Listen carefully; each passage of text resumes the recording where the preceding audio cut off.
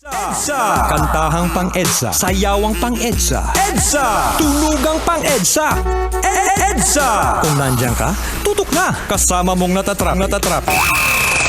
Diego Bandido! Go Diego! Go Diego!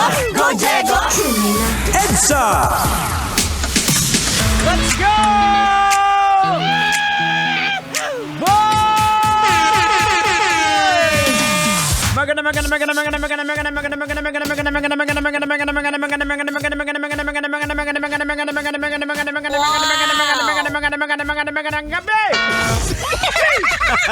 Next show on Mega Manila. Oras natin, we got 32 minutes after 6 o'clock in the evening.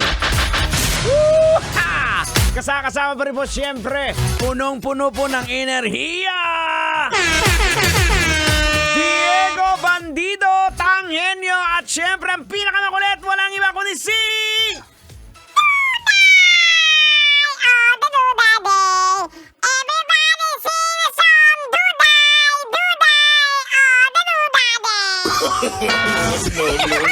Aba, mukhang ganadong-ganado ka ngayon, Duday, ah. At syempre, kasama natin, masama ang tingin sa akin, eh. Pinakahenyo sa lahat, walang iba kundi si... Henyo! Nasender, pero Jose pa rin kag nagarago mo. No. Alright, syempre, kasama syempre nyo bang lingkod. You're truly the one and only, the Prodigy. Diego Bandido! Pag may buhok, kailangan pa bang i-memorize yan? Basic. Hindi ako yan. Ito na, hindi na natin patatagalin to, Tang. Pag-usapan na natin to. Food delivery rider. Viral to ngayon yung video na to, ha. Naipit sa hindi pagkakaunawaan ng customer at seller. Oh no! Kawawa naman. Inabunuhan kasi ng rider yung crispy pata. Wow! Pero nung dineliver na, ayaw tanggapin ng customer. Kasi last Sunday pa daw yung order niya at pinakancel niya at nagsabi daw siya na sa susunod na lang na linggo. Eh hindi naman nag-confirm. Ang nag-book kasi mga kabisyo para malinaw, ang nag-book kasi is yung seller. So pinadeliver niya doon, pa-abono ito doon sa receiver. Eh hindi alam ng receiver na may pa-deliver na crispy pata. Bihira naman, kawawa naman yung driver, yung rider. Dahil siya yung nag-abono at ayaw kunin at bayaran ng customer. Kasi hindi nga siya nag-order, ni hindi man lang kinonfirm sa kanya, ni hindi man lang siya inabisuhan. Oh no! Pero eto mga kabisyo, ang kagandahan sa bandang dulo, dahil naawa po yung customer sa rider, kinuha niya na lang. Wow! O, diba? Logika na natin to, Tang. Ay, sige. Wag mo nang patagalin yan. Inits na ako. Logikan mo na yan.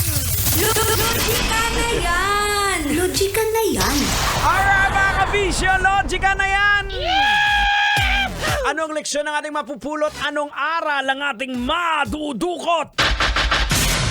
Kailangan pa bang i-memorize yan? Basic boards. Basic na sa ngayon, yung online order na lang, di ba? Kasi unang-una, pagdating sa pagkain, mas madali, di ba? Basic na ngayon yan eh. Pero sana, basic din yung ginawa ng seller. Hindi nang basta-basta pinadala yung item. Dapat kino-confirm muna sa receiver. Kahit ako mga kabisyo personally, pag nag-book ako kasi may online na selling si Mrs. O like nyo pala yung page namin, Sideline ni Maninay. Kung minsan ako po yung nagbo-book, pinapadala niya para makatipid po yung mga nagmamind sa amin. Dinadala ko po from Imos dito sa Pasay para makaless po sa shipping. Pero sinasabi ko kay Mrs. dapat tinatawagan muna, dapat alam po ito ng receiver. At maging yung mga driver din, sinasabihan ko lang, sir, pakitawagan muna yung receiver, hindi yung pagdating doon saka mo tatawagan kasi maraming beses po nangyayari nag-aawa yung rider tsaka yung receiver. Hira. Diba? Masakit kaya sa ulo yun. At ayaw naman natin mangyari yung ganon. Dapat kasi talaga matik yan. Logic yan eh. Bago ka magpadala, dapat alam ng papadalhan mo. Kaya, saludo tayo doon sa receiver dahil siya po yung nagpapakumbaba. Ang mali po doon talaga is yung seller eh. Diba? Naabala patuloy yung rider. Alright mga kabisyo. Kayo pa rin po yung nakatutok dito sa pinakamasaya, pinakamakulit na programa sa radyo. Ito po, 90.7 Love Radio. Kailangan ba bang i-memorize yan? Sa lahat ng mga nakatsinelas! Ito na ang Yano!